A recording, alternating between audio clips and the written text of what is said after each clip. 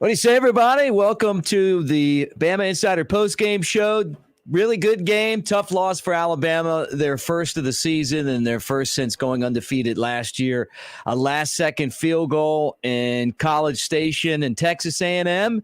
And Jimbo Fisher knock off the Crimson Tide 41-38. It was a game that Alabama made a lot of mistakes in. I want to hear what you guys think. You can give us a call at 205-850-0883. Talk about this one. I can tell that things are already blowing up in the comment section. And I know we're all kind of going over this scenario in our heads right now as we, just witnessed Alabama do something that they rarely do, and that's lose a football game. Trying to pull something up over here. But, yeah, credit to Texas A&M. They did an excellent job today. Their backup quarterback was brilliant in the first half. Alabama turned the football over twice. They didn't bring a lot of intensity. The offensive line in the first half was bad. And I don't even know if it was the offensive line or, maybe it was a combination of them and the running backs not blocking. I don't know. But at the end of the day, Alabama lost, and they lose 41-38. But the good news is, guys, is that the season's not over. I mean, believe it or not, anything that Alabama wants to accomplish is ahead of them. I mean, every team in the West has a loss. So, Texas A&M has two. And Alabama still, they went out. They're still going to go to the championship game in Atlanta. They play Georgia. They beat them. They go to the playoffs. So, I mean, it's not like the season's over. But today, Alabama just didn't look like Alabama. And that first half, not good. That first half, the offense sputtered. The defense was missing, assignments and Alabama fought back. I mean, I got to give them a lot of credit. They made this an interesting game. They had the lead, but they weren't able to hold on to it. And they end up losing 41-38. They went 3-and-out at the end of the game when they had a chance, 3 minutes to go, to take the ball down the field and win. And Texas A&M had a short field. They made the plays. They win the football game, and it's one of the biggest wins ever at Kyle Field. And it's a huge win for Texas A&M. And you got to give them a lot of credit. Win, lose, or draw. So let's just start out on the phones. But first, let me tell you guys about Westgate Luxury Condominiums. That's where we do the post-game show when we're at home. Westgate Luxury Condominium, 200 steps from Bryant-Denny Stadium. It's a testament to the legacies and traditions of Alabama football, featuring unparalleled luxury and style, Wolf and Sub-Zero equipped kitchens, and open and spacious floor plans and oversized balconies. Westgate's spacious 1 to 5 bedroom condominiums range from approximately 900 to 3,000 square feet. And they start at $490,000 right there next to Bryant-Denny Stadium. Find out more information, westgateal.com, or call 855-287-1318. I got to tell you, they are really awesome. And guys, look, before I even get to the phones, I may be distracted a little bit tonight. Tuscaloosa native Deontay Wilder is fighting Tyson Fury. You guys probably know this. I'm a huge fan of his. I've interviewed him 3 times. I want to see Deontay knock out Fury tonight. I'm paying attention to that. We're doing this together. Let's go to the phone lines, and I want to hear your take on tonight's game. Tough loss for Alabama. Who's this, and where are you calling from? I'm Andy from Pennsylvania. What's up? What's up? I'm really pissed off. Bama should not be ranked 20. They should drop 20 out of the top 25. Yeah, look, it's a frustrating. They just didn't play the type of football that that you have to play to win on the road in the SEC. It's frustrating. Get the head out of the fucking asses to play good. What's that? They need to get the head out of their asses. Yeah, we'll keep the if you would. I don't know what the hell happened tonight. I really don't understand what happened tonight. Well, look, what happened is that we had so much hype going into the Ole Miss game that when this game came, it was like it really didn't feel like we brought a lot of intensity and focus into this. And it cost them. I mean, look, you can't fumble the football. You can't throw the interceptions. I thought the play calling was bad. I mean, I think it was too. Yeah, it was it's a tough loss all the way around. And every time it felt like Alabama was going to take the game over, you get the block punt, touchdown, and then you kick the ball short, and the guy takes it in for runs it back for a touchdown. Alabama didn't really have a chance to return any kicks because Texas A&M's kicker kicked it in the end zone every time. Yep. But look, I still think we'll see what happens. We'll see what happens when the 20s come out. We'll see how far they drop. I don't think they should be top 10. Well, they're still one of the best teams in the country. They didn't have, they had a bad game. I mean, they had a 19-game winning streak. The bottom line is this: in the SEC, if you aren't focused, every game, opponent, you're going to lose. You're going to lose. The other thing too is that Bryce Young's not very good on the road. I mean, let's just go call that what it is. I mean, the Florida game, they got out of town. And, in this game, they didn't. We're lucky we won that game against Florida. There was drop passes. I can't even put it all on him. There were drop passes. Besides Jamison Williams, he had a great game. I'm going to say that now. He did. Game. He kept Alabama in it. Him and Brian Robinson is a really good possession running back. You give him the ball. And, he takes punishment, but he doesn't have that breakaway speed that we're used to. And I think so there's a lot of times in this, in that game where you're looking and you're going, okay, Brian Robinson breaks out and he just doesn't have that next gear, to turn like 30 into a touchdown. But I still all in all, it was a poorly executed game by Alabama, and Texas A&M just kept making the plays. A&M is a tough team to play against. And look, every week when you're Alabama, the people are going to bring their best. I mean, that's just the bottom line. But listen, let me say this. Alabama is still an elite team. If they take care of their business, and remember, they've won a lot of national championships under Nick Saban. Only 2 of them have they gone undefeated. Sometimes a loss like this is the best thing that ever happens because, look, they barely lost. They could have won the game. They didn't. They had, Malachi Moore got bounced out of the game for targeting early. Which is ridiculous. Yeah, right. I know. I mean, how many times do you look at those the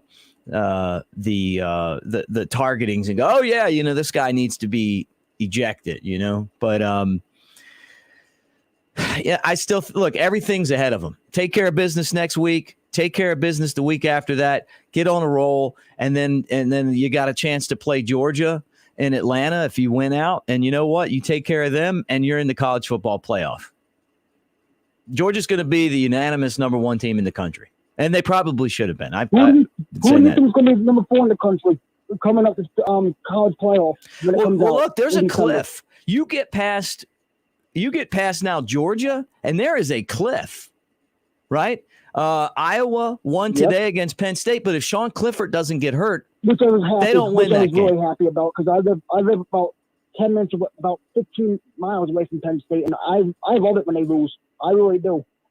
Yeah, well, they were. I think they were going to win that game. They were up 14-3 when he got hurt, or something like that, and they were. I kind of figured they weren't going to win. Yeah, but Iowa's undefeated.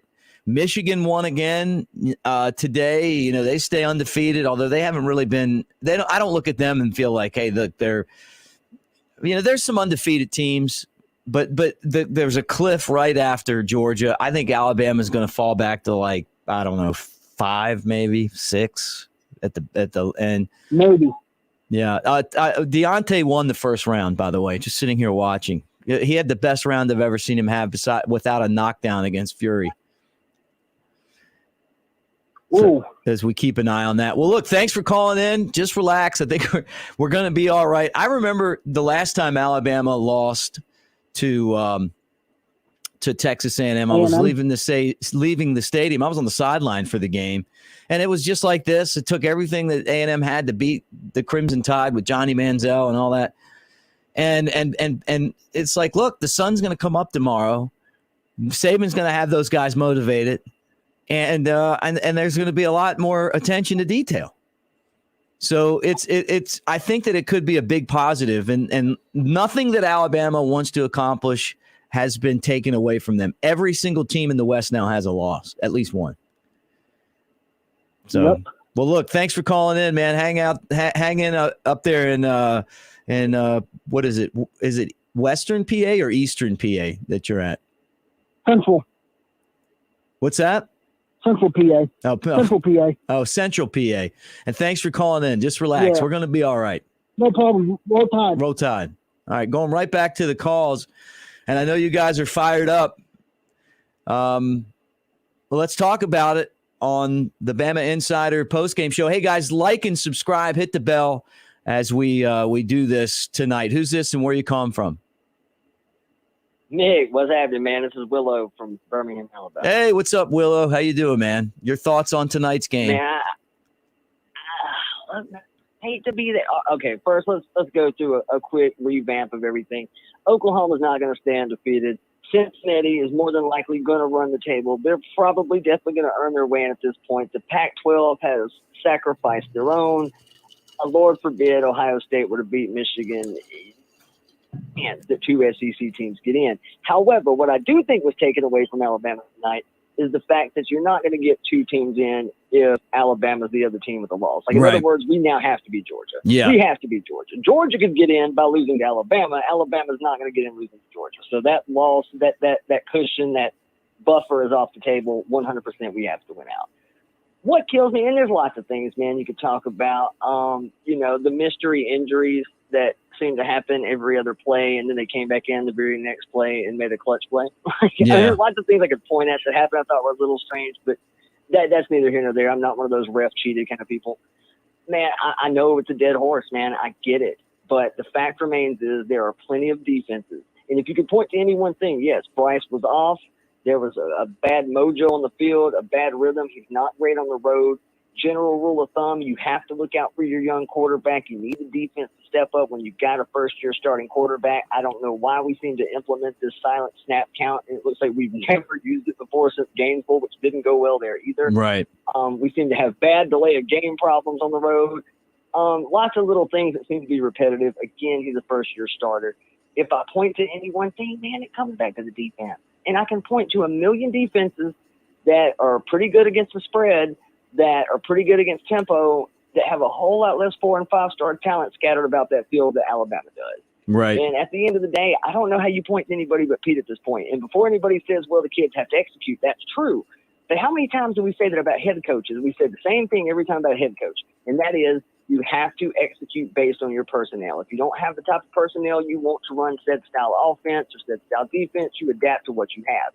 If the game plan is too complicated and there seems to be something lost in translation between the 5-star talent and what's being coached, then, man, you got to make changes. Right. And this defense has been rancid since Pete got here. If the defense would have came up 1 or 2 more stops, we would have been in this situation. When it came down to the defense being on the field to end the game, I felt like we were in trouble. Yeah. Even though we had a pretty good run in the second half, I felt like we were in trouble.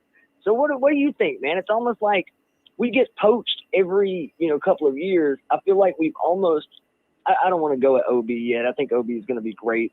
But I almost feel like we're just out of great coaches I don't say great coaches. We're out of coaches to reload that fit the system that we're trying to implement today. Well, and I can't help but notice nobody's poaching Pete Golden. Yeah. Nobody, I hate to say it, but nobody wants him. I'll say this. I think the biggest factor in this game was not having Jason McClellan. I think that was I knew coming into this game that we were going to really miss him. Now, that's not going to address the issues of the defensive game plan and, kind of how everything went on defense, especially in that first half. But I'll tell you what, not having him to give Bryce Young that dump off option to make plays, I thought Roydell Williams was going to be that guy. You know, he caught that first touchdown. And then, you know, I don't know that he can stay on the field. And I don't know if it's because Brian Robinson's so important to the blocking game. And Alabama's kind of just like, you know, it's like the smash mouth style, which actually has worked. I don't know. I just felt like him not being there really affected Alabama's offense. And maybe it was just because I felt like it affected Bryce Young. And that could even be more the case. I mean, when you have a young quarterback, you've got to keep him comfortable. And he never looked comfortable. He never looked in rhythm. He made some good, you know, plays. But I looked at a stat the other day. He's like 3 for 12 or 15 over 25 yards. Right. Wow. That's scary. I also didn't realize until tonight, I mean, obviously how I think we've outscored opponents in the first quarter, 75 or 73-3 or something like that. Obviously that means when we get into a close game, if it runs in the halftime and it's still a one possession game, we could be in trouble because in the second half, I think we're outscoring opponents by 7 points. And that also would be a problem. I mean, we were missing some key components. Malachi Moore obviously went out, I think, in the first 10, 12 seconds. I actually, if I'm going to be honest, a lot of Alabama fans ain't going to like it. That was a bonehead play. That was probably a justified call for him to be bounced. Yeah. It probably was. And I'm not a targeting guy. I don't much care for that. I definitely don't care for the ejection aspect of it. I watched USC's kicker get ejected a couple of weeks ago. I know. I saw that. That's when you know it's gone too far. Hey. That's when you know it's gone too far, man. Willow, I got to tell you this real quick, but just hold that thought right there. Fury in the third round knocked Deontay Wilder down. He got back up, and Deontay kind of escaped the round. But I think that after winning the first round, Fury has won the last 2. He definitely won that last round. So and Deontay doesn't look too good right now. Just kind of keeping you guys updated on Tuscaloosa's former heavyweight champion and our buddy. I don't know if he's going to survive tonight. Fury's just such a big dude. It seems to be going around right now in Alabama. I know, man. Gosh, to survive it tonight. he clubbed him on the side of the head. But anyway, finish your thought. I mean, that's pretty much the blunt of it, man. Like I said, I just feel that something is off, man. And I hate to put it all on Pete. I mean, to listen to Pete talk. Well, what about last week, though? I mean, you got to give Pete credit, Willow, for last week. I mean, last week, that was about as good of a game plan against Ole Miss as you're going to ever come up with. I think so, but I also think that there were some key matchups that Lane didn't have. He had some mismatches last year that Lane didn't have this year. Right. He had that tight end. There was just some bad formula mismatches, kind of like the Kyle Pitts thing. I think that was a big thing for him last year. I don't think he had some of the artillery. And I'm going to be honest with you, man. I'm terrified. I'm absolutely terrified of Arkansas at this point. I don't care how they looked against Georgia. We are not doing great against the 5-10 yard little just scamper type runs. We don't seem to be stopping it. I thought we had a phenomenal linebacker core. We are down a couple guys right now. Obviously, Chris is out. Drew's out right now.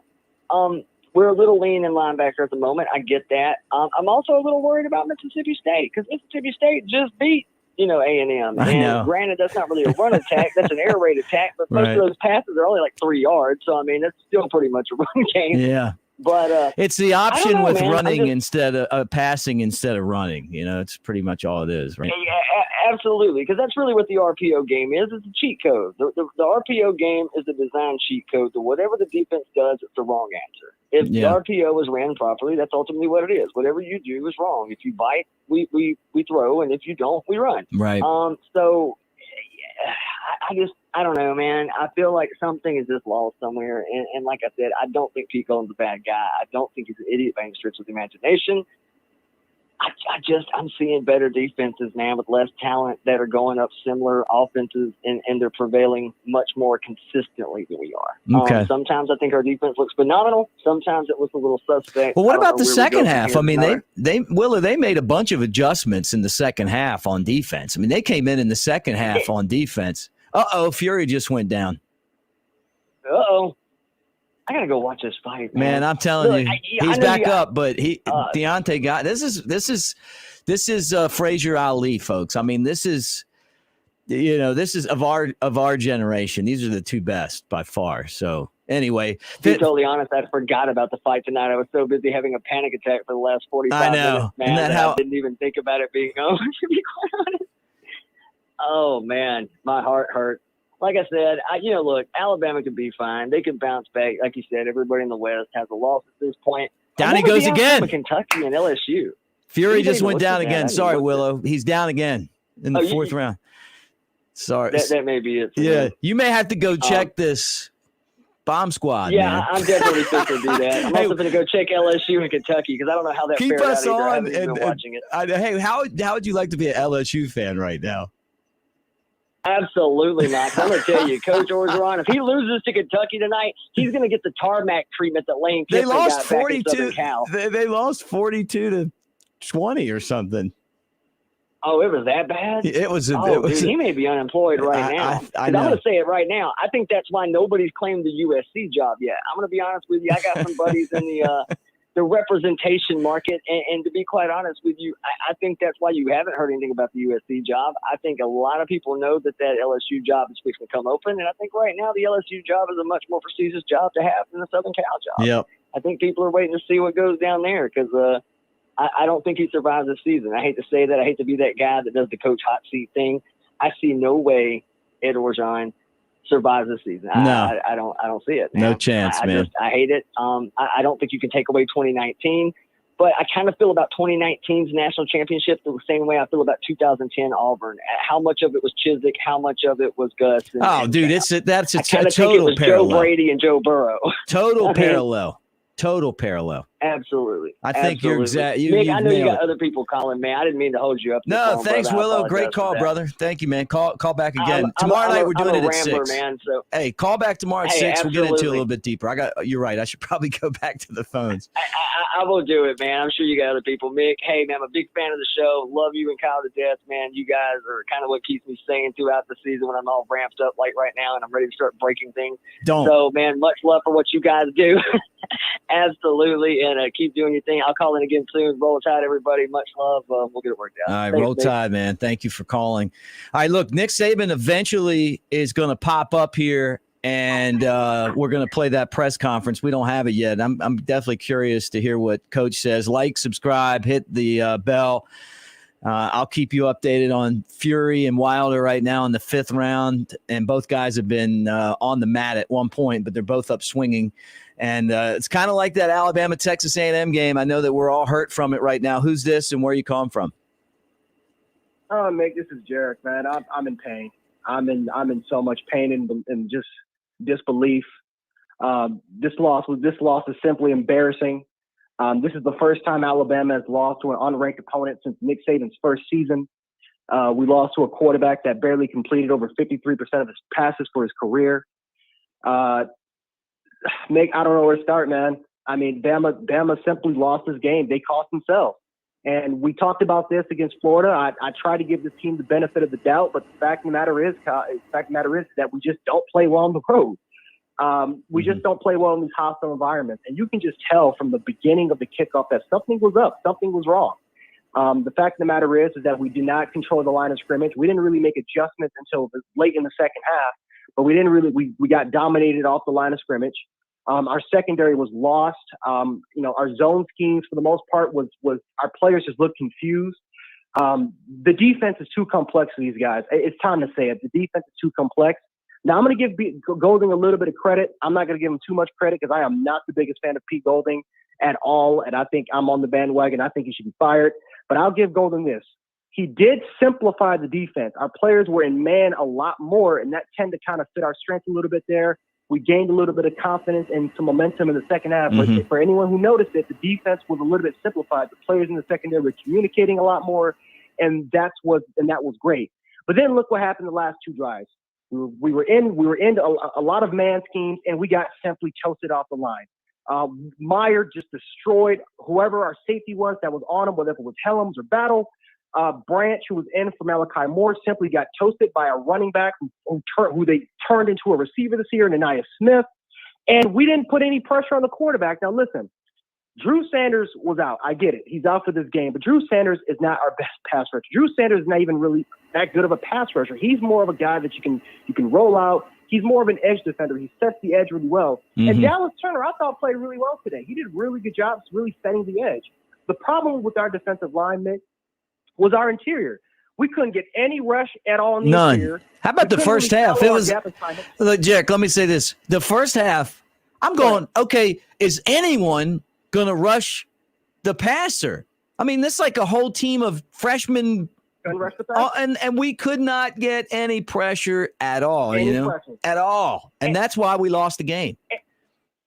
And they had 2 freshman tackles. I know. That's what I'm saying. It was his first career start. Hey, look, it's pretty bad when you watch you watch Mississippi State and Arkansas bulldoze those guys, and in the first half, we got nothing. I mean, nothing. It was like we were rushing 3 guys. I don't. And we were dialing blitz. We were a lot aggressive in the second half. We were dialing a lot of blitzes. We were trying to disguise our coverages and really try to send 5, 6 guys. And we couldn't get a lick on this quarterback that had 3 freshman offensive linemen. What? That's a personnel issue. I don't know what we're supposed to do to fix that. And it's not the only game that this has happened. We talk about the Florida. This happened during the Florida game. But we said to ourselves, okay, we're going to brush this off a little bit. We're going to focus moving down the line. I'm lost for words, man. I'm lost for words. And there's so much to go over and dissect that a lot of callers will talk about. We had 9 drops, Mick. We had 9 drop passes. We had 9 drop passes, Nick, and I can't believe it, man. I'm lost for words, man. Well, it's like, look, they won the football game against Ole Miss at the line of scrimmage. They lost this game today at the line of scrimmage. First half, Bryce Young was harassed and sacked every time he tried to do anything. You're right. They dropped a lot of balls. And then in the first half, the defensive line, nothing. Absolutely nothing. Second half, they did a nice job. They had the blitz, but they still weren't getting back there and causing havoc. It was like, hey, Calzada, give that dude a lot of credit, man. I didn't think that he had that type of game in him. And you watch, Texas A&M will lose next week, and they'll lose the week after that. But today, they played their asses off, man. That's as good as they're going to play. And I'll tell you what, I'm not taking it away from them, man. I mean, you know what? Nope. They should be really proud, because to beat Alabama, Bama has to make mistakes. They did that, the fumble, the interception, and also the other thing is you got to play a good game, and their quarterback played as good as he's going to play. Mick, and I can't believe I'm even going to say this. We were in the red zone 9 times, Mick. We were in the red zone 9 times in this football game. And we messed up so many of our red zone drives, whether if it's illegal formations, whether if it's delay of games, whether if it's false start penalties, whether if it's drop catches, whether if it's a goal line interception where Bryce Lane had a wide open hole where he could have ran in but decided to try to throw it, try to fit the ball in. And I'll give O'Neal credit, because that was a good play that he made. But Bryce Young the lane was open. Right. He could have ran it in for the touchdown. And then we make a great special teams block. And then all of a sudden, the next play, we let a kickoff return. That was the worst play of the entire game. Oh, that was the worst play of the entire game. I mean, kick it into the end zone. I'd say kick it like he was good at kicking it out of bounds, and I will take that over a kickoff return touchdown after you get the block punt. You talk about killing the momentum. Oh God. Yeah. And then even their drive to even tie it up, Will kicks the ball out of bounds. Yep. To set them up in really good field position. I know. There's so many things. Hey, look, so many things too. Like you got the tie game, 3 minutes left, and you go 3 and out. You drop the ball. Yeah. I mean, it's look. Trey Yanity is just about to have the Nick Saban press conference. So when they have that ready, I'm going to pop it up here. I'm going to keep whoever wants to stay on the line. Jarek, great call as always, man. Call back tomorrow. I want to know what you think about the game when you have, 20 hours to digest it. You know what I mean? Absolutely, man. And I can't believe I'm even saying this, but we really got to focus on Mississippi State because we got to focus on the team that beat A&M at their house at 8 o'clock, and we're playing them in a night game in another hostile environment. Right, that's right. So, yeah, I'll definitely make sure to call you and talk to you about that game. Yeah, that's right, man. Look, it's the SEC. You know, we every week. Look at LSU. Did they think they were going to get boat raced by Kentucky? I actually did. I thought they might lose, but you couldn't have convinced me that they were going to just get in there and get curb stomped by Kentucky. Ed O, big trouble. He's the new Gene Chizik. All right, guys. Nick Saban's ready. Jarek, thanks for calling in, man. And don't forget 6 o'clock tomorrow. We'll do it again. Okay, so call back tomorrow at 6. We'll recap. You guys waiting on the line? Just wait because we're gonna watch this and I'm gonna get to your calls. All right, Trey, fire it up. But I think that everybody needs to remember how they feel and not forget it. Because when I talk about having respect for winning, that's what I mean. You want to avoid the feeling that you have when you lose. So a lot of lessons to be learned out there tonight. Got to give Texas A&M a lot of credit for how they played. They had a good plan. The players did a good job of executing it. We certainly moved the ball well enough on offense, yardage-wise, but they stopped us in the red zone. We turned the ball over on the 2-yard line with an opportunity to score. We actually went ahead in the game at the end of the game, couldn't get the stops on defense we needed to, and had the ball with 3 minutes to go in the game. Could have gone 2 minutes, went down the field, and had a chance to kick a field goal, win it ourselves. And then, we didn't stop them. So they made the plays that they needed to make to win the game. We didn't make the plays we needed to make to win the game. And, hopefully we'll learn a lot from this. And, we still can accomplish everything we want to accomplish in terms of, but we got to do things better than we did tonight. We got to play better. We got to be more consistent. We got to finish drives. We got to get more turnovers on defense. We got to get more stops on defense. There's a lot of things we need to fix. Okay, with that, we'll start with Michael Casagrande. Michael, go ahead. Yeah, what do you think the issues were on some of those red zone possessions where you guys got in close, but they led to field goals instead of touchdowns? Well, you watched the same game I watched. We threw incomplete passes. We had guys open. We ran a bad route. The guy picked the ball off. We had some drops in critical situations. We had a drop at the end of the game when we could have went 2 minutes. It would have been a first down and would have started to move the ball. So I don't know that anything went wrong. We just didn't execute. We didn't throw and catch the ball like we need to. We didn't run it effectively enough. Some of those situations, you could say, well, if we could run the ball effectively in those situations, maybe we wouldn't have had those issues throwing it. So you can second guess everything that didn't work. But the issue is we just didn't execute. We had trouble with the pressures in the first half, especially. Quarterback got sacked several times on third down. So it's a lot of issues. Okay, we'll go to Aaron Suttles. Aaron, go ahead. What's your assessment of your short yardage run game situation? And does that influence plays on the goal line where you're passing it? I think so, but we ran the ball really effectively tonight. We had 153 yards rushing, something like that. B-Rob had another good game. I thought the offensive line did a good job in the run game. They got a good defensive team. They got a good front. We moved the ball effectively against them. We just didn't finish drives, and we didn't get stops on defense. So there's nobody that, you can start from me, the coaches, the offense, the defense. Special teams gave up a kickoff return for a touchdown.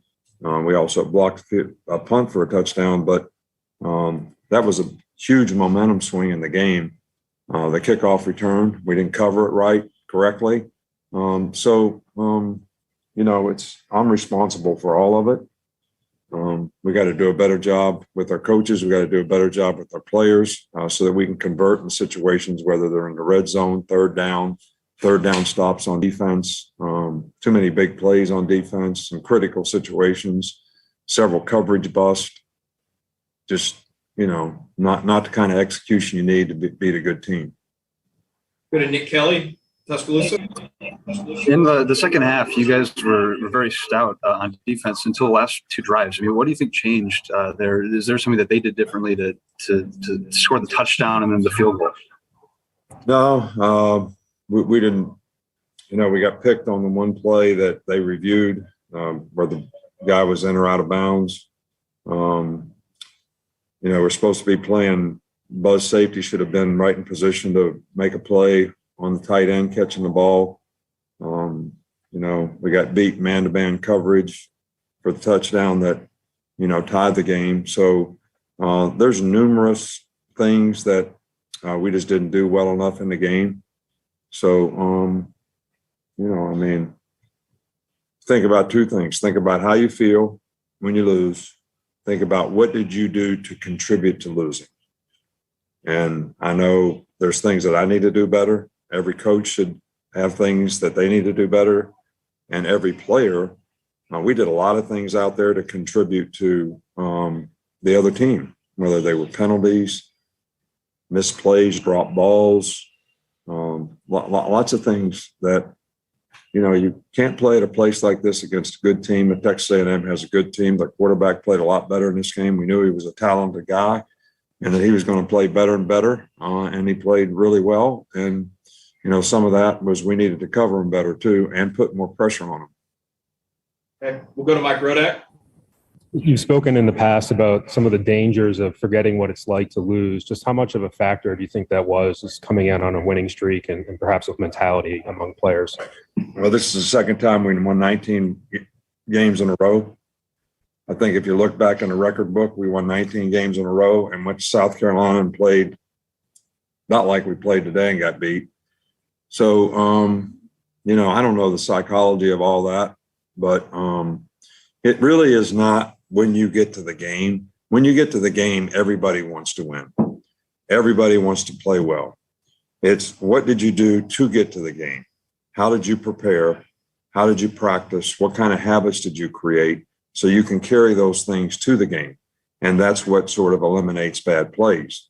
You got to give the other team credit. They're capable of making plays. Their guys are on scholarship too.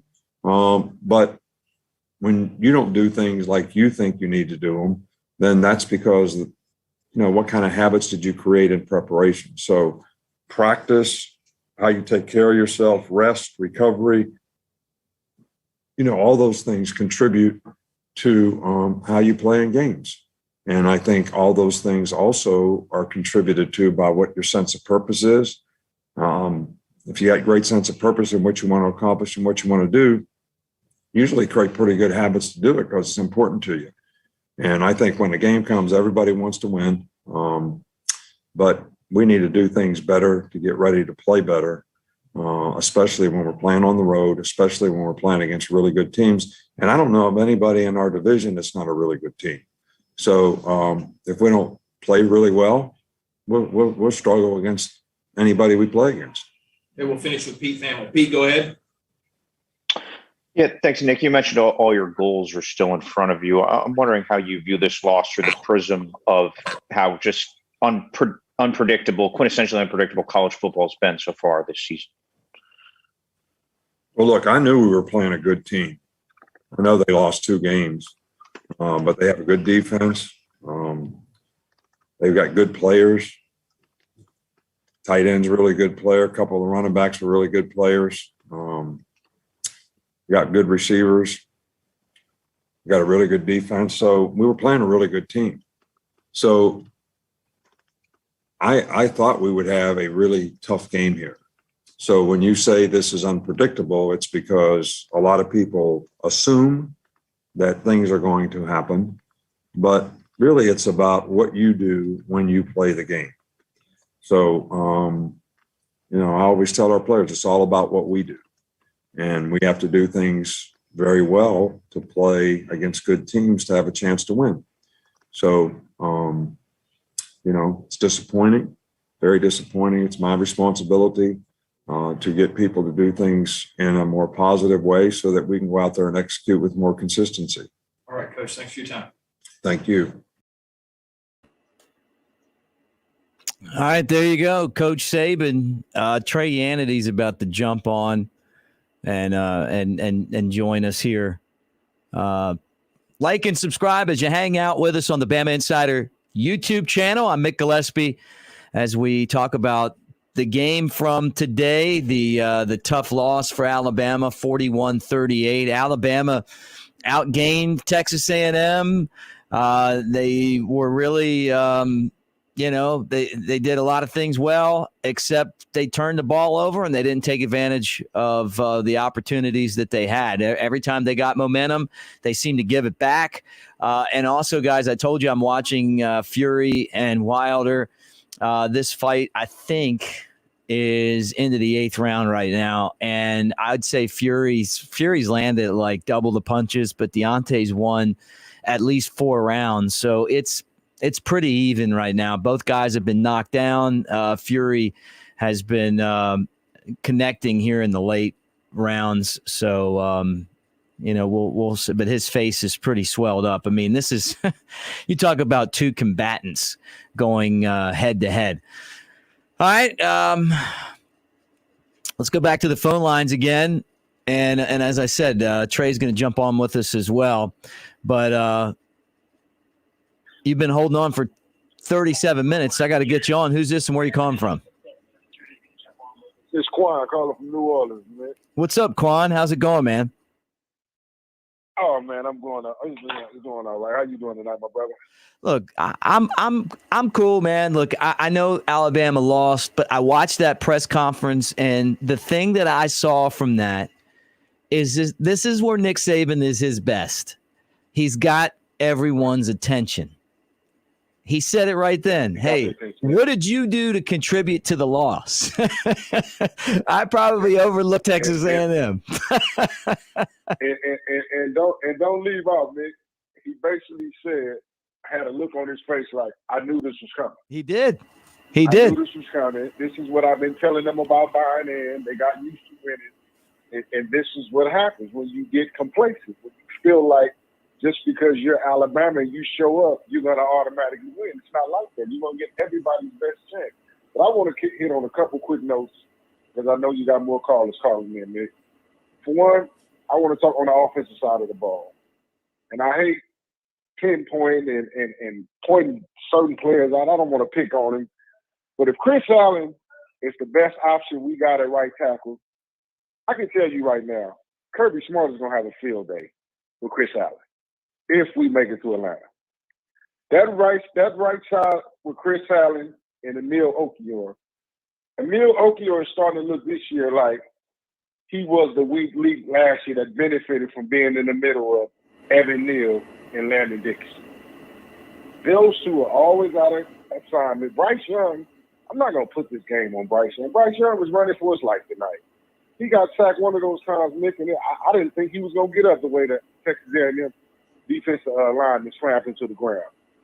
I mean, what can he do, Nick? He running for his life. They wasn't picking up blitzes. I don't know how Doug Marrone assessed this talented offensive line group and said Chris Allen is the best option we got. That blows. I don't understand that one. I'm still trying to figure that one out. Yeah, Chris Owens. I was kind of like I see it too. I mean, it's been going on all season, Nick. All season, either he's getting beat, they're going right around the corner to him. I get it. He's a guy that's been there 6 years. I don't know if coach is feeling like, okay, I'm going to show him some loyalty. He's been here this long. But it's clear to me, and I think it's clear to everybody, he's not the best option that they have. Now, if you want to go with the argument that he has the most experience, well, tonight that went out the window. What good is experience? We done lost. Right. I mean, it's the same thing. Jonathan Mechie, Slade Bolden. You keep saying experience, but what do they bring to the table? Right. What about all these 5-star receivers? I want to see these guys in there. Right. Where's Leary at? Put some of these young guys in. Exactly. Where's John Hall? Where's these guys at? I know. Slade Bolden. Jonathan Mechie had about 4 drops tonight. Yeah. I mean, I thought that he was going to take over the room. So I'm looking at Jameson Williams, and I'm feeling like Jameson Williams is pretty much took the room over now. Right. Okay, John Messi, you don't want it, so I'm gonna take it now because you don't want it. I mean, it's just it was just sloppy play all night. I mean, they couldn't pick up the blitz. Bryce Young was running for his life. To me, he still had a decent game, but he had some throws where you kind of like, well, Bryce, what did you see? I don't know if the pressure was getting to him, Mick. He was tired of getting hit. Right. I don't know, and it seems like he just absolutely hit a few times, but it was clear, like Jared from Buffalo said, Mick, it was clearly some plays where Bryce could have took off. Yeah, I wish he would have ran today. They were basically saying, hey, you can run anytime you want. The way they were playing defense, they were just going to throw everybody up there. Once you got through that first line, there were a lot of run lanes. and I know, we know, Nick. We've been watching Nick Saban. I feel like Alabama gonna go on a run now. Yeah, I do too. To be honest with all the Alabama fans that's listening on this program, this team tonight is not beating Georgia. I can tell you that right now. If this is the best we got to show up on December the 8th in Atlanta, they're not beating Georgia. They're not. Kirby Smart is gonna have a field day with Chris Owens and the Ethiopia. Yeah. He's going to have a field day on that side of the ball. Bryce Young is really going to be running for his life.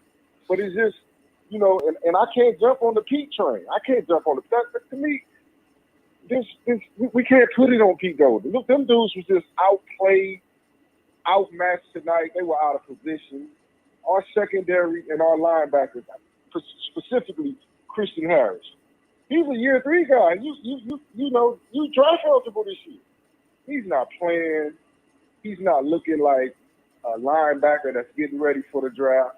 I don't see it. I don't see it. Josh Joby got too many penalties. Jalen Armour-Damer, they showed me nothing all year. I mean, how long are we going to keep going with this talking experience stuff? Yeah. I mean, I know you can't. I'm not saying bench both for our quarterback, but I feel like Kool-Aid at some point should get a shot. Jalen Armour-Damer is just, he ain't showed me nothing, Nick. I ain't seen nothing from none of them. And Josh Joby, he had a chance to be the number 1 corner coming out the draft this year. Right. The kid from LSU, Derek Stingley, he's not playing good. He's not playing, period. So. He's out. And talking about out, unfortunately, Deontay breaks my heart, man, but he just got knocked out by Fury in the 11th round. Fight's over. Yeah, it's over for Deontay. God, it hurts me. I love Deontay. Anyway, back to what you're saying. I'm sorry to interrupt you, but yeah. I mean, Jalen Armour-Damer, even DeMarco Hellum, to me, he played his worst game tonight. I can't say that's on Pete, Nick. I can't say that's Pete Golden's fault. That's execution. That's players. Yeah. You're not doing your assignment. Pete Golden not. You can't, come on. I'm not going to jump on this 5 Pete Golden train. I'm not going to do it because what I seen was players on the field, Brian Branch. I mean, it seemed like he always get beat on that play, Brian Branch. It's the same play, if you remember, in the national championship game. The Ohio State running back did that to him. Right. His technique, I don't know. Who's teaching him his technique? Because he's letting these running backs run right by him, and he's always seeing the back of his shirt. Losing Malachi Moore to that targeting was big, man. I mean, we just not knowing that we didn't have Drew Sanders, you know, and then all of a sudden that happens, and you're like, you got to be kidding me. Yeah. To me, that changed the whole momentum early in the game. It wasn't nothing but a few seconds in the game, but I hope coach uses that to tell him if the ball out of the quarterback hand, don't hit him. That ball had been out of that quarterback hand when Malachi Moore hit. It was really an unnecessary call. Now, Gary Davidson for CBS who called the game, he said it. It was an unnecessary hit. Malachi Moore didn't even have to hit him. I know. Yep. You got some refs that's not going to let you get cheap shots on quarterback. Well, it doesn't happen. There's no such thing as a cheap shot anymore because what happens is even when it's not even close now, they go and flag you, and then they go back and watch it, and then they decide, oh, okay, you know what? And I mean, it wastes all of our time because there were 2 plays like that in this game where you're going, what are you doing? Just play. Oh, okay. Yeah. You're covering your backside with that flag, but it's That's not even close. But that's the way, and I told everybody who's watching the game here, I said, that's the way it is now. The way it is now is that they're going to flag you if they even think it might be. If the ball is gone, you need not to hit him. The last before I go, Nick, is what the hell is Bill O'Brien doing now? I mean, the play calling was just the play calling was so suspect tonight. I mean, even when B-Rob fumbled the ball, we had a 2nd and 1. He go for a home run. Then we do. It seems like his play calling is so predictable. Yeah. 2nd and 1, you go for a home run, and then you go 3rd and 1. Now Texas A&M got 8 in the box, and now I mean, Bill O'Brien. I don't know. I see no Sarkisian in Bill O'Brien. I thought. I see no Sarkisian. I start worrying when I start hearing these guys' names attached to jobs, and I started hearing his name for the USC job, and I'm like, man, we're not even halfway through yet. You know, like, can we at least get to our annual college football playoff appearance before these guys start taking jobs? And look, Mick, the last time we won a national championship in 2017, when we had our offensive coordinator in the skybox, which was Mike Lockton, we all know what happened that year.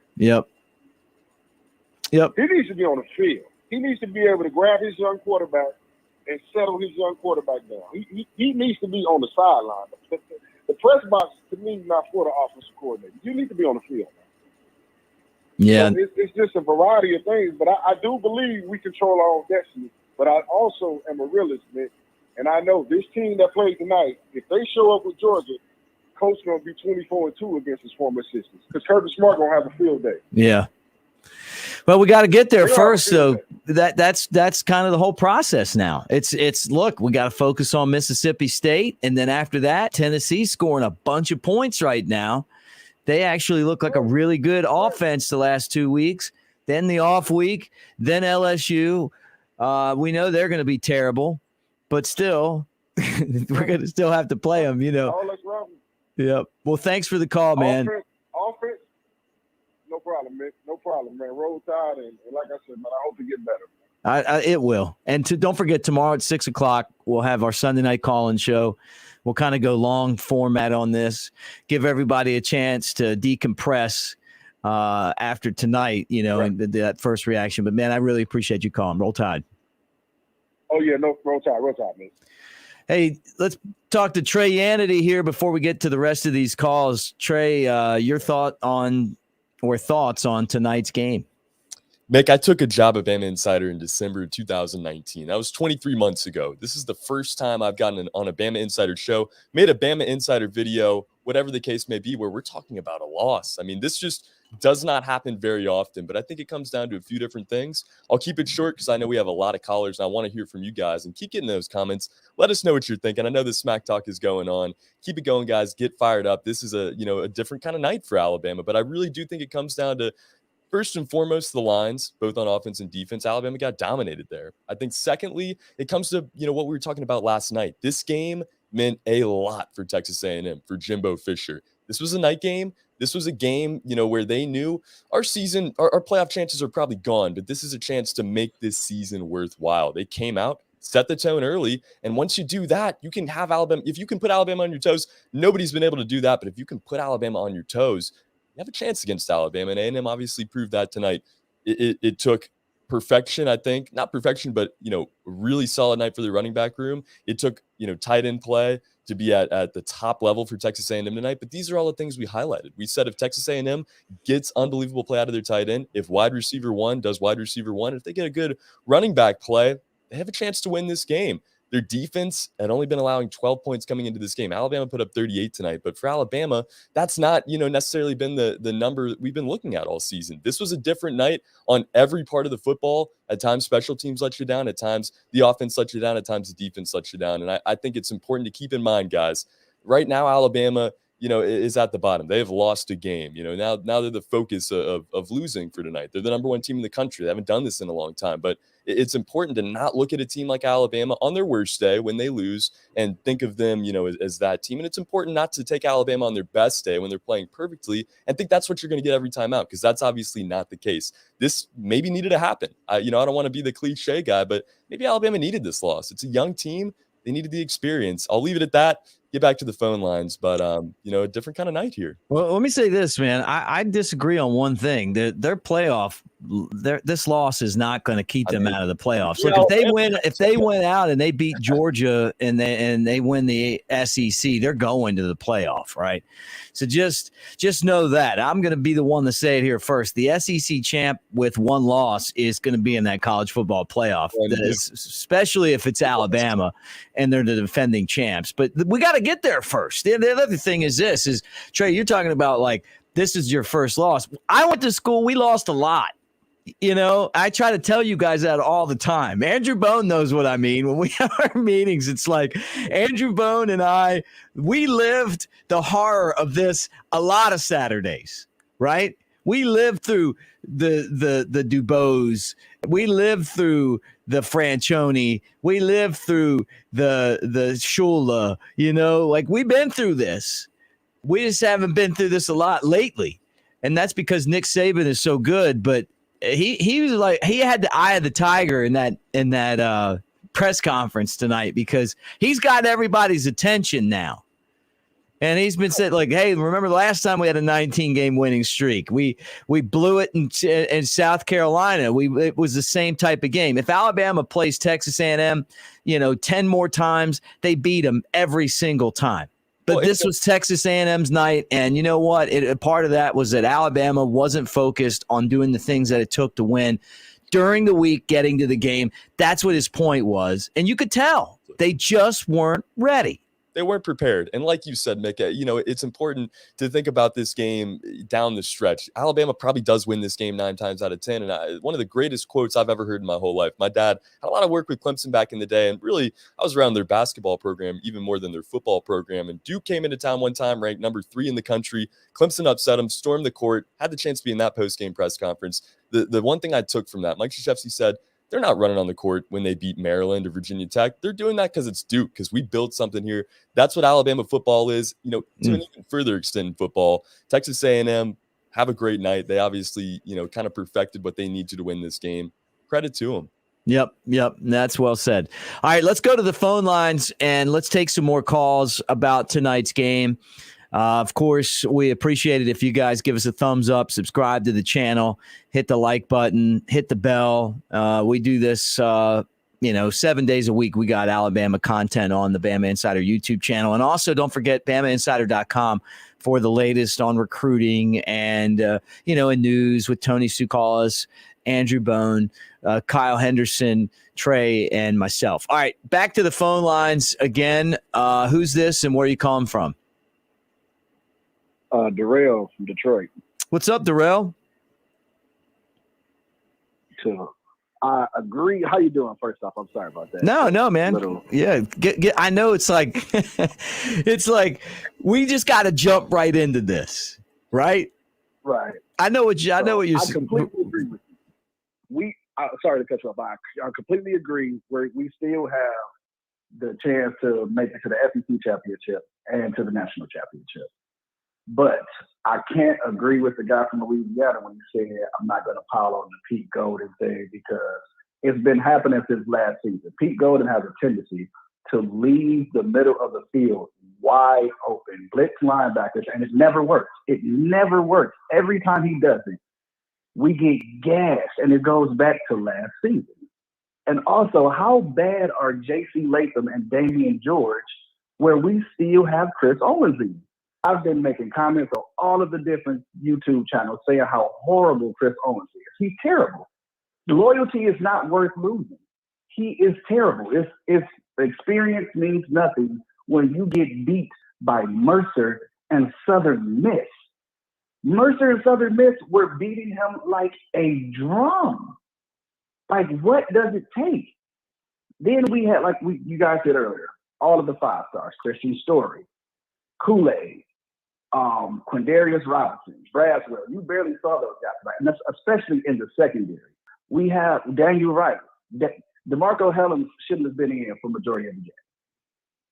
He's been making just egregious mistakes since the last 2-3 games. What does it take to replace some of these guys? If we're supposed to have all of this talent, what does it take? Because loyalty isn't worth losing. Well, it takes losing, right? Because now it's like you go, what you know, if somebody's better, I'm wondering on the offensive line, you know, where are all these, you're talking about these 5 stars, these blue chip guys. I want to see, I agree with you. I think the offensive line's okay. Last year, they were amazing. And that's why the team won every game. Really, you want to get down to why Alabama had the best season they ever had last year. You just look at that offensive line, and that'll explain it all to you right there. Everybody else can collect all the trophies and the Heismans and the first-round pick quarterbacks and all that stuff. But let me tell you something. If they were playing behind this offensive line, they wouldn't have the money that they have right now.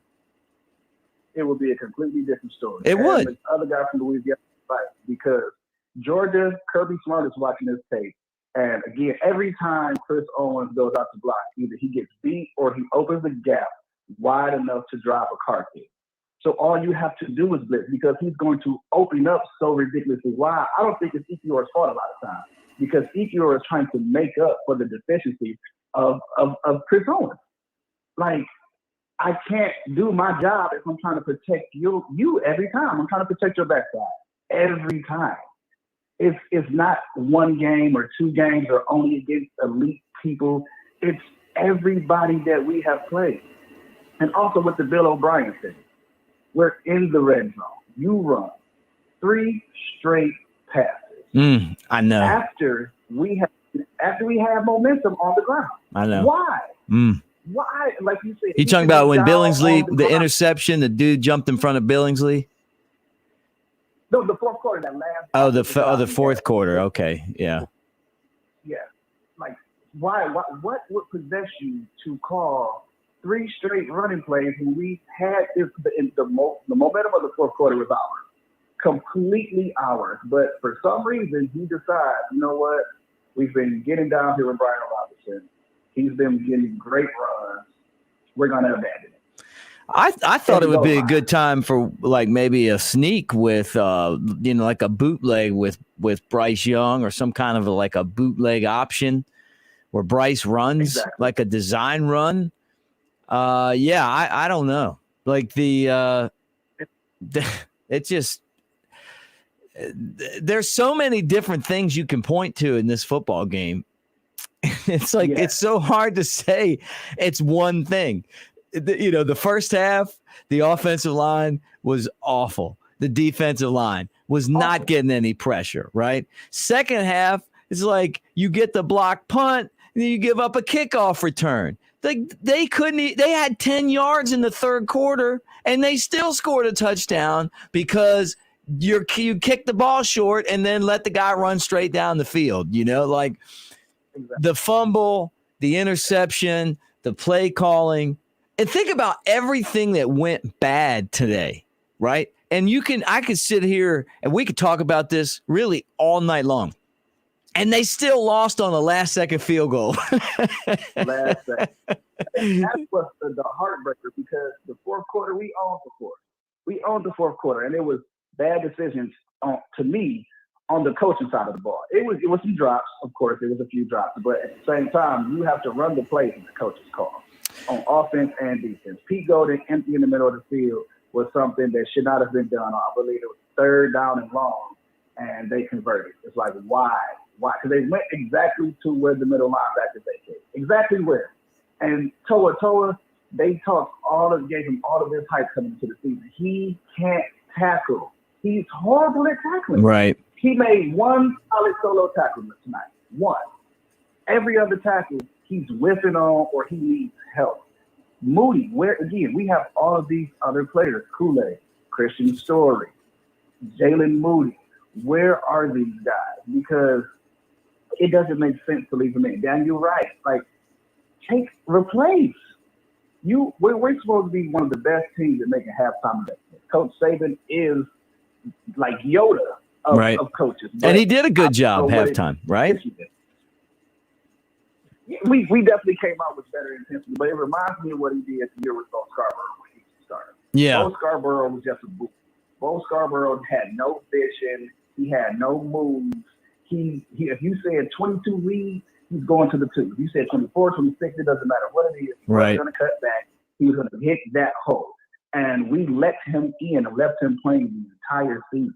Again, loyalty isn't worth losing. And everybody understands when you come to Alabama, the best players are going to get on the field, whether it's the first game or the 5th.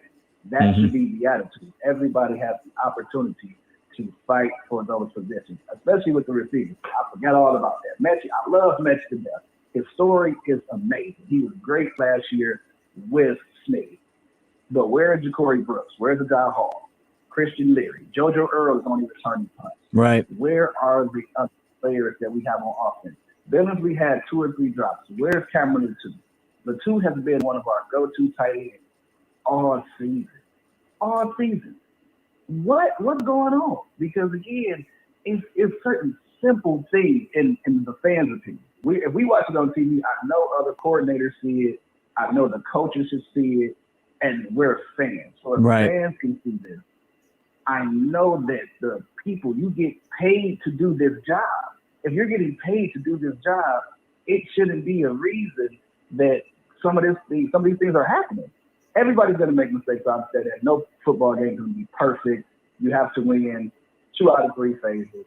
Right. But this I just don't understand this one because, again, Chris Owens has been getting beat like a drum all season. DeMarco Hellens has been bad all season. Jalen Armour-Davis has been average at best all season. Bryce Young has not had the time to throw the ball, like you said with the line last year. Mac Jones had 1 solid year of game film and became a first-round draft pick. First round of 1 year of steady playing. All SEC schedule, played, won the national championship, first-round draft pick. Right. You're making Bryce Young look just terrible out here because he doesn't have the opportunity to sit in the pocket. Yeah, Let right. the plays develop. No, he doesn't have that offensive line. He just doesn't. At all. No. And you know what? Sometimes stuff like this will shake things up, you know? You're right. Loyalty's that's important. You know, I mean, look, you know, Brian Robinson stuck around 6 years. He's the guy. He doesn't have breakaway speed. He's good, but he's not great. He's not what we're used to. I mean, how many times did he bust those holes when you know that if Najee was the running back, they'd be touchdowns, and he gets tackled. You know, he gets like 10 yards, 13 yards, but he's not, you know, doing that acceleration thing where he blows everybody away. Just that it's just not a style. It's just not what he does, you know? And then that's the other thing, like you guys said earlier with Bill O'Brien, play call. We didn't run any screens, running back screens almost all game. If Chris Owens, and you know he's a liability blind, why not let's call the screen? That would have been perfect at the end of the game. They would have automatically thought, oh, we're beating him like we've been doing all game. We're getting in the backfield, and by the time they realized it was a screen, we'd be in the end zone or at least a first down up the field. Yeah. We didn't do any of that. Like, again, what type of plays are you calling? Because we have the talent. The intensity was there the entire night, but it was the small things, little mistakes that just. Oh, they just piled up. Yeah. Exactly. Penalties, just sad stuff. The penalty at the end of the game from Helms. Oh, like I know. Everybody said, if you get your head around. Yeah, just make it an extra point, right? That's it. Yeah. That is it. That's so frustrating. You don't run 3 passing plays on the 2-yard line. I know. That reminded me of Russell Wilson with you can't kick field goals on the road in a game like this. You know? Like we just get the ball down there, we're kicking these field goals. Like you just can't win. Like we needed touchdowns. Every time we were kicking another field goal, I'm like, man, we're kicking another field goal. Like another one? Oh, yeah, we're kicking another field goal. And guess what? We lost.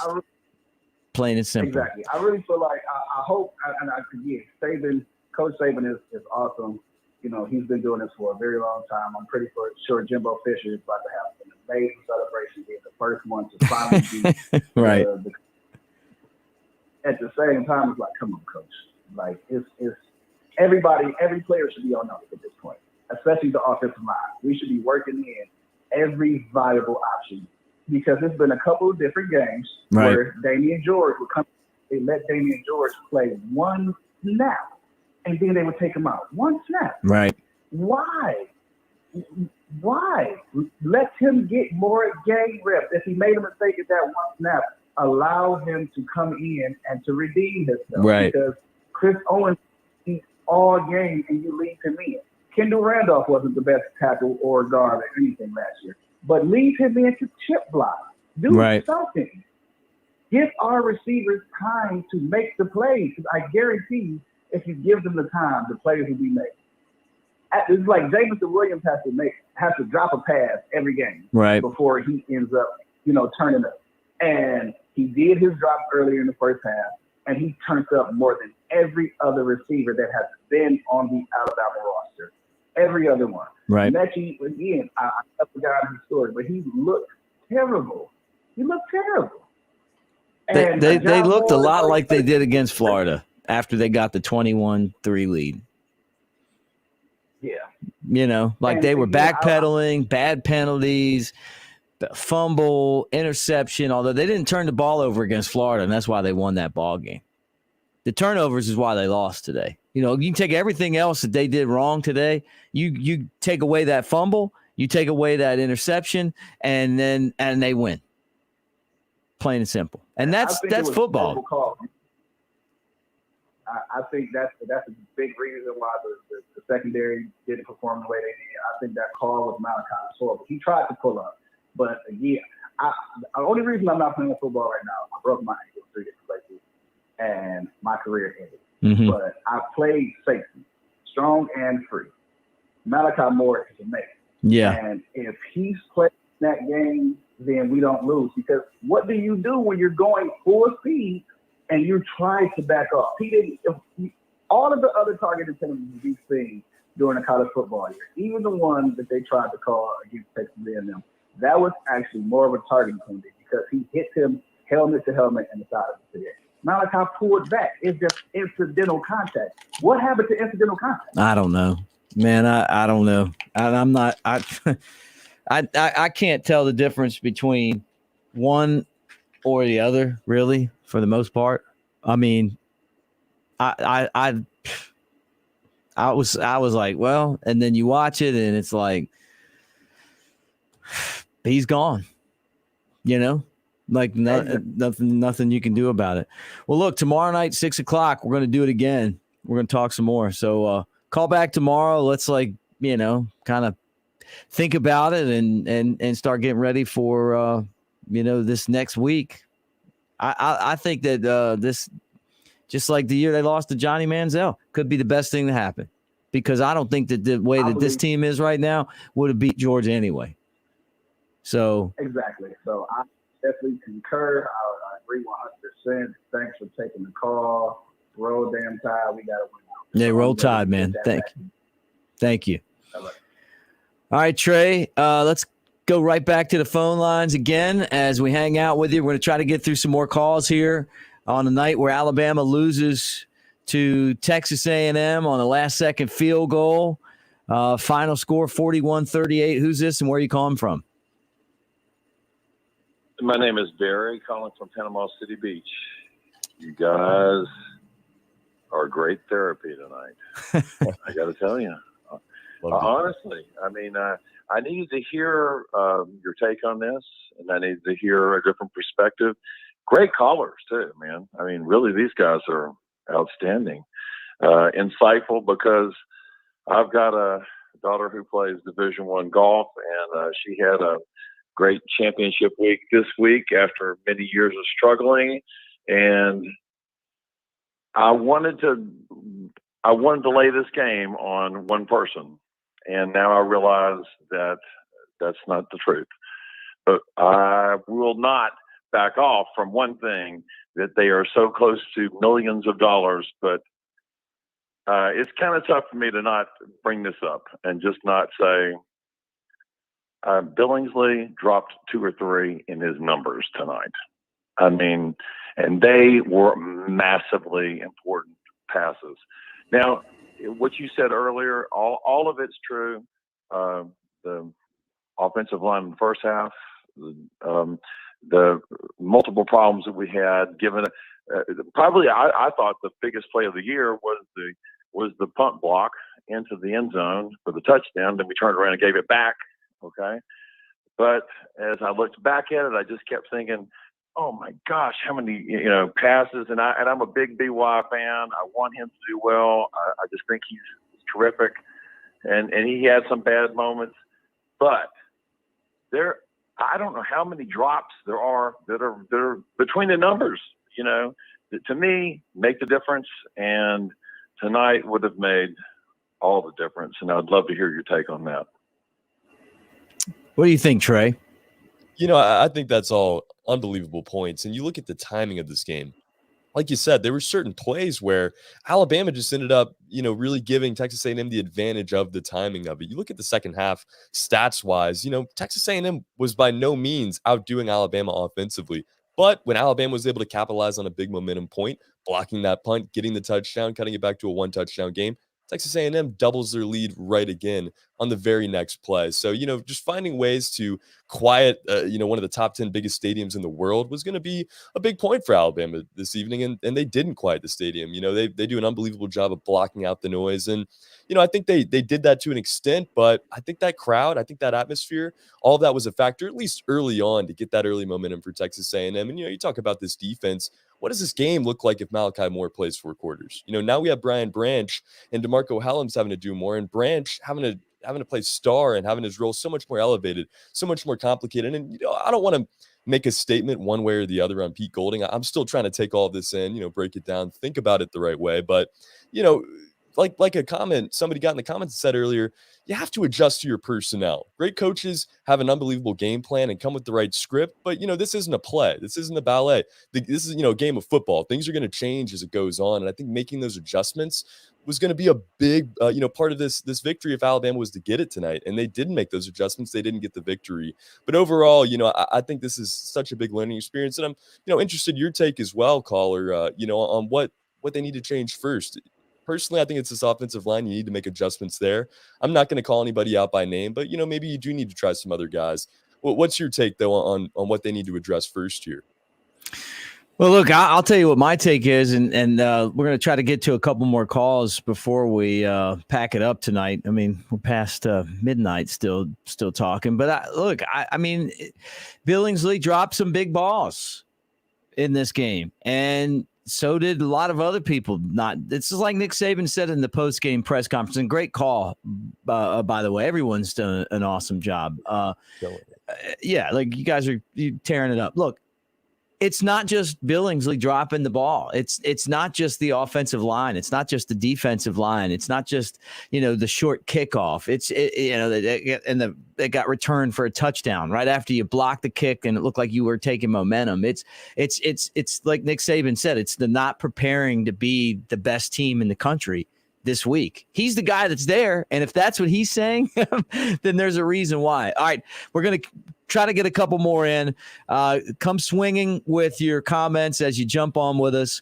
Some of you guys have been waiting a while, so I want to definitely get to you. Who's this and where you come from? This is Matthew from Washington, D.C. Actually went to Alabama from Athens, Alabama. Just my point is, if you look back at this game and you would say, hey, you have the special teams and how they would have lost this game, what would you say? And the special teams played great. And it was amazing.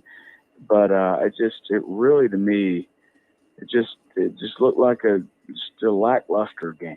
It just really did. And it just looked like they weren't ready to play and they weren't really ready for it. I don't know your input on it. No, I think that's what Nick Saban said.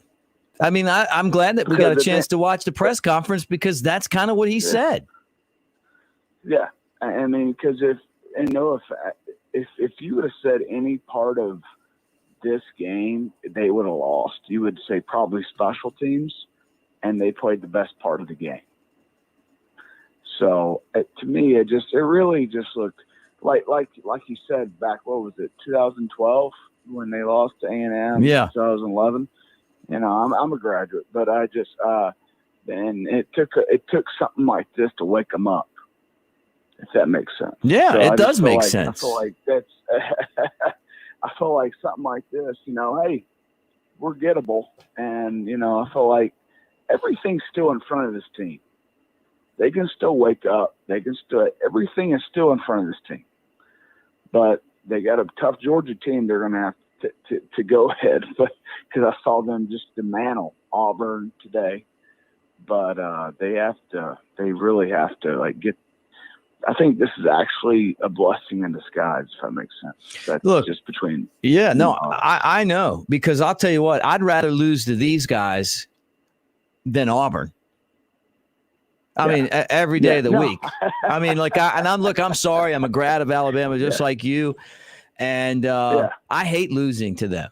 I don't feel like this when we lose to Auburn. I feel like jumping off of a skyscraper in football terms. I felt bad because I had neighbors over and people that they know I'm from Alabama, and I went to Alabama up in Washington D.C. area.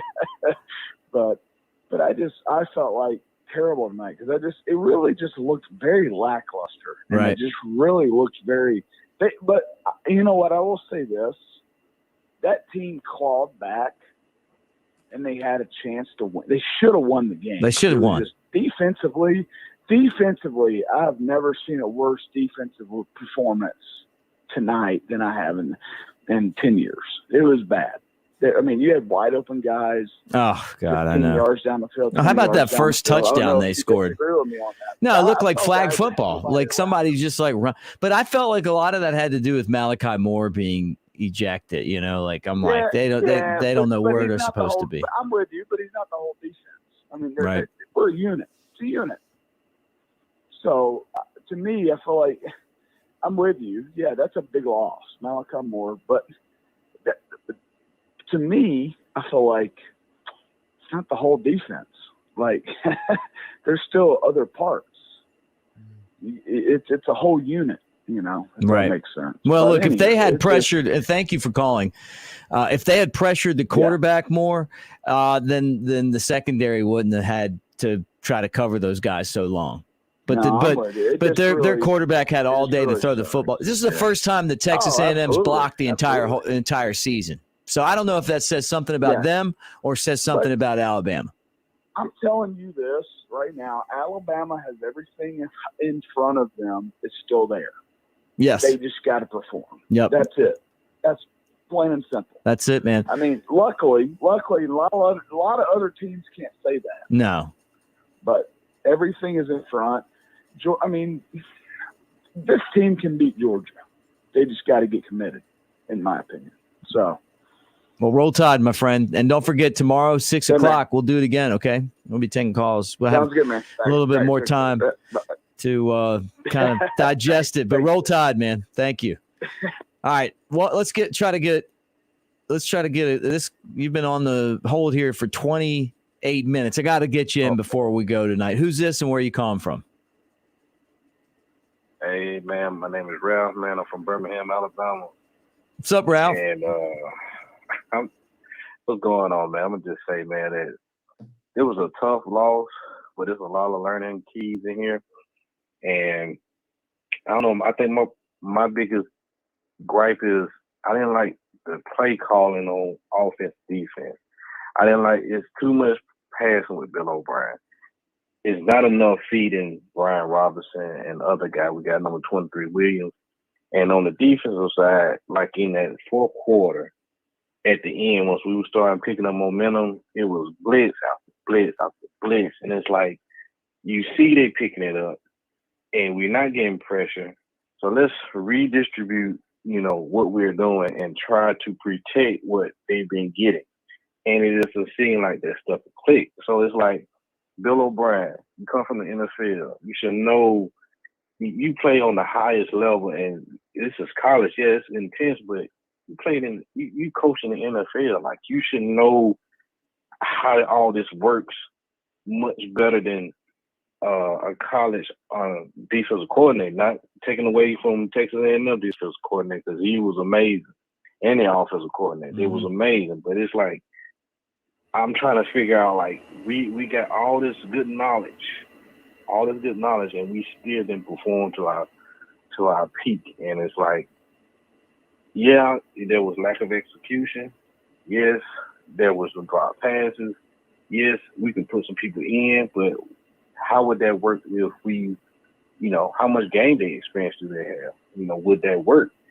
Would they mess up the chemistry? We got to look at all these other factors that tie into a unit. Bringing somebody new, they trying to feel and learn, because it's different from practice than when you get on the field. It's just different. But I just say my biggest gripe is Bill O'Brien and what he's doing. It's too much passing. That's not our identity. Brian Robinson has been great for us, and he should be, if we talk about loyalty, this man should be getting fed the rock on a continuous basis, because every time he get the rock, he gives us an opportunity, to get momentum. And once we get that momentum, we just start bombing. And we end up in a 3rd and long, or we end up in a 3rd and 9. And it's, I don't know, man. This is frustrating. This is very, very frustrating, because all that potential, and you have that knowledge of an NFL coach, and it doesn't seem like it's gelling together. So what's your opinion? Look, I think that when we got into the red zone and we got, 1st and goal, it was time to run the damn ball. Just like, and ironically, it was the same damn thing that happened when we lost to Texas A&M with Johnny Manziel. Should have won that game, and we didn't run the ball. Every team's different, right? Every team does things better or worse.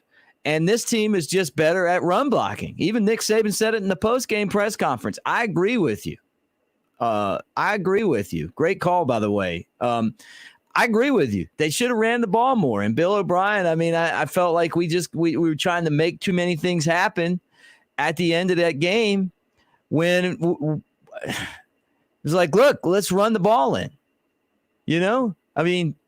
It just, it would be the pass, and then all of a sudden 2nd and 10 and 3rd, it was just, I don't know. And it's like, if Jason McClellan plays in this game, what does this running back room look like tonight? Right. When they can lean on another guy that they trust to be a running back one, even if he's not the running back one. I think Jason McClellan, and this is what I think is so not great about a loss, but what is so interesting about a loss, it's so open to interpretation. We can bring up the what ifs and the hypotheticals and this, that, whatever. If Malachi Moore doesn't leave this game, if Jason McClellan is healthy and can play in this game. But, I think you just have to look at the things that we do know, the non-hypotheticals. Alabama lost this game. They have one loss in the SEC West, but they have, a chance to still get to the SEC title game, to get to the playoff. This loss doesn't end their season. We can talk about the what ifs, and, everybody's entitled to their own opinion. There's a lot of opinions coming out about this game already, but, you look at the facts. Alabama's not eliminated. Alabama has the 5 stars. Alabama still has a chance, and a very good chance this season. Well, Trey, man, we've been on for an hour and a half. That's about a half hour longer than we normally go on a post game. But there's been a lot of things to talk about. We're going to crank it back up. Some of you guys that didn't get in, sorry about that, but don't worry. Tomorrow at 6:00, we're going to do the same thing. We're going to take calls. We're going to break this thing down. We'll have a little bit more time to kind of chew on it. I guess, well, you give me your final thought and I'll give you mine. Just kind of, putting in that last little bit before we close it up tonight. What do you throw it out there? Alabama, take a breath in and let it out. You lost a football game. That's what happens sometimes. That's what's fun about playing this game, because there's a chance every time you go out, you might not win the game. Alabama maybe needed this. Alabama can point to a whole lot of different things for why they lost this football game, but at the end of the day, it's October 9th, 2021. The national title is played in January 2022, I believe. So set your sights towards that. Put this loss behind you. Your final thoughts, though, Mick? Yeah, a couple things. First off, the sun's going to rise tomorrow. I've said that before. I've done post-game shows on radio after Alabama. This is my first time since I've been on BamaInsider that, the Tide lost. But the sun's coming up tomorrow. this is a rare loss for Alabama. They don't lose a lot, and that's just a testament to how good Nick Saban and the program is and what a dynasty is all about. You're always playing for something. But today was Texas A&M's day from the beginning. Alabama made too many mistakes, and the Aggies made all the plays that they had to make to win the football game. But the good thing is that you can get refocused and move forward, and hopefully this team gets better because of this. I wonder, do you have the talent to beat Georgia? Do you have the talent to maybe have to beat them twice? Well, we're not going to know if they don't take care of business against Mississippi State and then against Tennessee and then against LSU. Then they got to beat Arkansas. There's some cupcakes in there. Then they got to go on the road and beat Auburn. So there's a lot of football before they get to Texas A&M that they need to be focused on. And I really feel like that a loss like this is going to be something that this team will build on. And I'm looking forward to seeing the future of this team. Guys, our post-game show is brought to you by Westgate Luxury Condominiums. As you see right there, they're located just steps away from Bryant-Denny Stadium. You got the exclusive access to the Sky Gate Club for you and your friends. That's where we do the post-game show when we're at home. That's where you see Trey and I up there on the roof right there next to Bryant-Denny Stadium. They got catered game days, unparalleled service, luxury condos with high-end finishes and appliances and more. You can buy them and rent them. Maybe you just want your family to go there. Check them out, westgateal.com, or by calling 855-287-1318. And there are some units still available. It really is an awesome spot. Tomorrow, we got all kind of coverage on Bama Insider of the Crimson Tide. We'll be back on tomorrow night with our call-in show. And for you guys that didn't get in or you want to get back and talk some more, please call in 6 o'clock. I'm going to throw that up there, and we're going to do the same thing tomorrow night. We'll have a little time to digest everything that happened tonight and kind of break it down some more. But just remember, man, I mean, Nick Saban's won. Let me pan over here, right? All right. That championship there, they won every game. They lost one there. They lost one there. They lost one there. So, and I don't even have them all in here. That's just some of them. So a lot of times you lose a game and you still win the championship in college football, but you can always only lose one. So hopefully this will be a building block for this team. But the everything that they want to play for and accomplish is still in front of them. I think this is just that this could be something positive that you make out of it, or honestly, if you lose again, then this is going to be something that destroys the season. I think that this is going to be something positive. I think it is. I think it is too. Build on this, guys. Don't let this be something that holds Alabama back. Let this be the motivator. Very well said. All right. Hey, thanks to Chris back at the studio taking care of things. Chris Daltrey, Trey Yanity. I'm Mick Gillispie for our entire crew, including our main man, Kyle Henderson, who will be back next post-game show. I'm Mick Gillispie. Again, tomorrow we'll have coverage here on the Bama Insider YouTube channel. And then tomorrow at 6 o'clock, we will have our call-in show. Monday, we got Monday Night Quarterback. We're going to break this thing down. We're going to get ready for Mississippi State. Still a lot more football to be played. All right, guys, roll Tide.